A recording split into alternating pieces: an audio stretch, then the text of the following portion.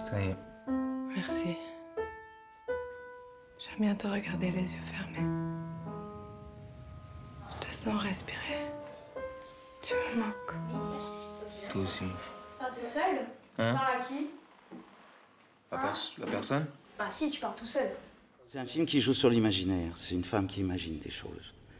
C'est ça qui me bouleversait. C'est qu'une femme invente des choses, parce que je crois que dans les moments où on est perdu, où on peut vivre une séparation amoureuse ou un drame, on délire, on délire. Et ce délire, il me semblait cinématographique. Le cinéma pouvait exalter cet état de projection, comme quand les gens sont devant un écran et savent très bien que ce qu'ils voient est faux, et pourtant ils y ont cru. Donc s'ils y ont cru, c'est que c'est vrai. Et cette femme fait ça, dans quelque chose qui ressemble, qui explore plutôt le mélo et le film de fantôme, quoi. Non, j'ai lu, c'est un ami qui devait monter cette pièce, une pièce qu'elle a écrite il y a 15 ans, en 2003, qui s'appelle « Je reviens de loin ». Et elle n'a jamais été montée, cette pièce. Ils n'ont jamais existé, ces personnages, en fait. Et Laurent Zisserman, cet ami, elle n'a pas monté cette pièce, finalement. Et il m'a filé ce bouquin, et puis j'ai pleuré. J'ai pleuré, ça m'a percuté complètement. J'étais dans un nerf a été touché. Et j'ai appelé Claudine Galéa, elle était d'accord pour que j'essaye un truc. Je me suis mis à écrire. Et c'est en commençant à faire comme un travail d'archéologue avec ces mots, faire une liste d'objets que je trouvais dans le livre, de lieux, que je me suis rendu compte que, ah oui, il y a une possibilité de cinéma là-dedans. Si le texte de Galéa m'a attrapé, c'est ça, comment faire pour que ça puisse ne pas être autre chose que du cinéma. Donc visiblement, cette histoire de fragmentation de l'espace, du temps, semble être une marotte dont je vais essayer de me débarrasser. J'ai dit aux productrices, la prochaine fois, si je ne vous donne pas une histoire qui est racontée dans l'ordre, vous me la jetez à la poubelle, quoi. Maintenant, c'est dans l'ordre, parce que là, je suis en train de devenir un système. Ça ne va pas du tout. Tu t'enfuis ou quoi? Oui. Je vais rouler. J'ai envie de voir la mer. Quand on part faire un voyage, ça prend du temps. Ça prend du temps. Il faut aller loin, très loin. Il faut aller loin, très loin. Un kind bewegt sich, ein kind lacht, ein kind läuft, ein kind macht 1000 Sachen, du Arschloch! Vicky, elle m'a visité. Je parle comme Jeanne d'Arc. Hein. J'étais dans cette maison en Bretagne où je vivais, en train de commencer à peine à écrire, et celle qui est arrivée comme ça, pouf, ça alors oui, comme tout le monde. J'avais vu Phantom Thread pas longtemps avant, quoi. C'est peut-être lié à la manière dont, dans Phantom Thread, le premier plan qu'on voit d'elle, pendant que Daniel Day-Lewis prend son petit déjeuner dans cet hôtel, et elle passe une porte, elle est serveuse, elle passe une porte. C'est comme, oui, c'est comme quand tout d'un coup tu vois un visage qui te fait du bien, je sais pas où. Je pense que c'est pour ça, à chaque fois c'est de la drague, c'est toujours, mais on s'est déjà vu quelque part, non? Mais c'est pas, ça peut être ça peut être on s'est déjà vu on se connaît. Et là, c'était ça. Et donc, je trouve le téléphone de son agent, elle était à Paris 3 semaines plus tard, on se voit. Et Harriet, c'est un peu pareil. J'ai besoin de ça. Je cherche pas des acteurs, à vrai dire. Je cherche des gens avec qui feraient une troupe avec les techniciens aussi. Des trucs où tout vraiment on se sent... Et Harriet, ben, comme Vicky était là, il fallait quand même trouver un type qui la mérite.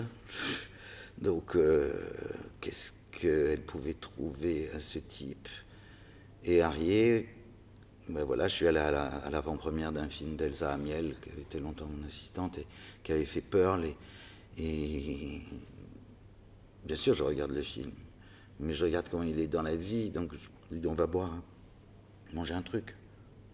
Oh bah, on se connaissait pas. Hein. Et puis, vraiment comme un rendez-vous amoureux. Je regarde ce que ça me fait physiquement. Pourquoi je suis bien avec lui? Tiens, je suis bien.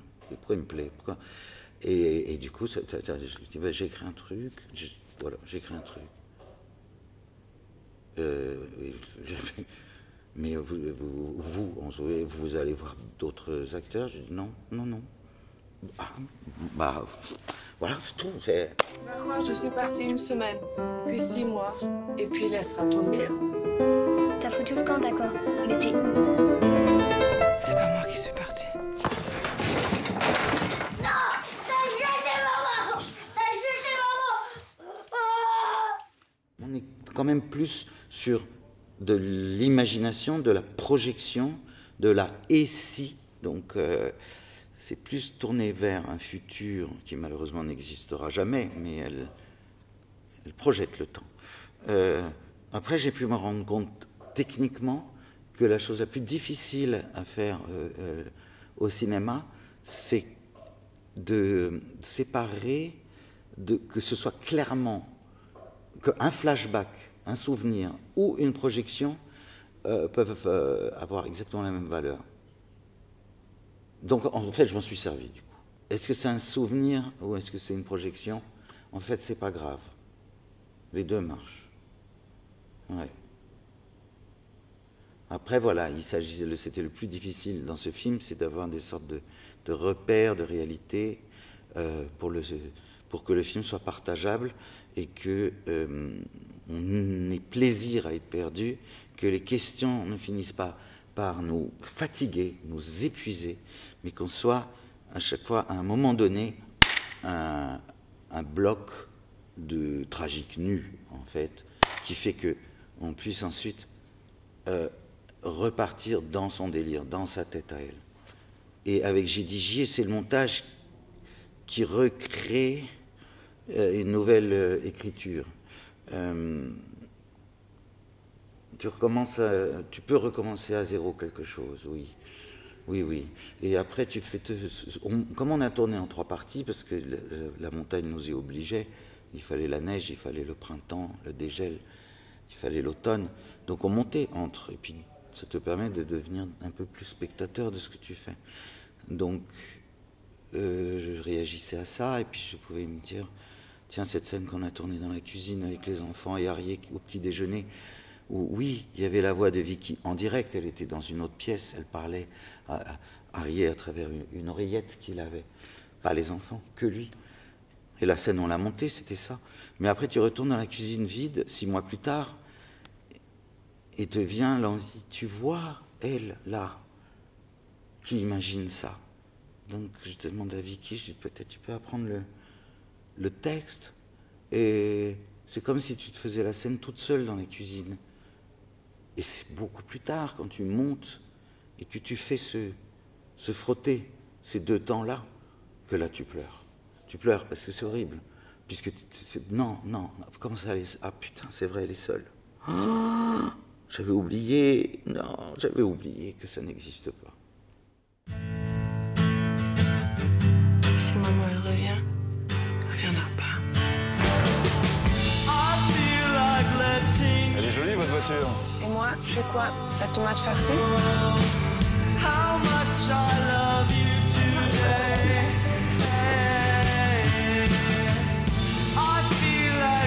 Ça va aller. Tu vas pas toujours rester petite. Quel est le dernier moment où vous avez eu contact avec eux?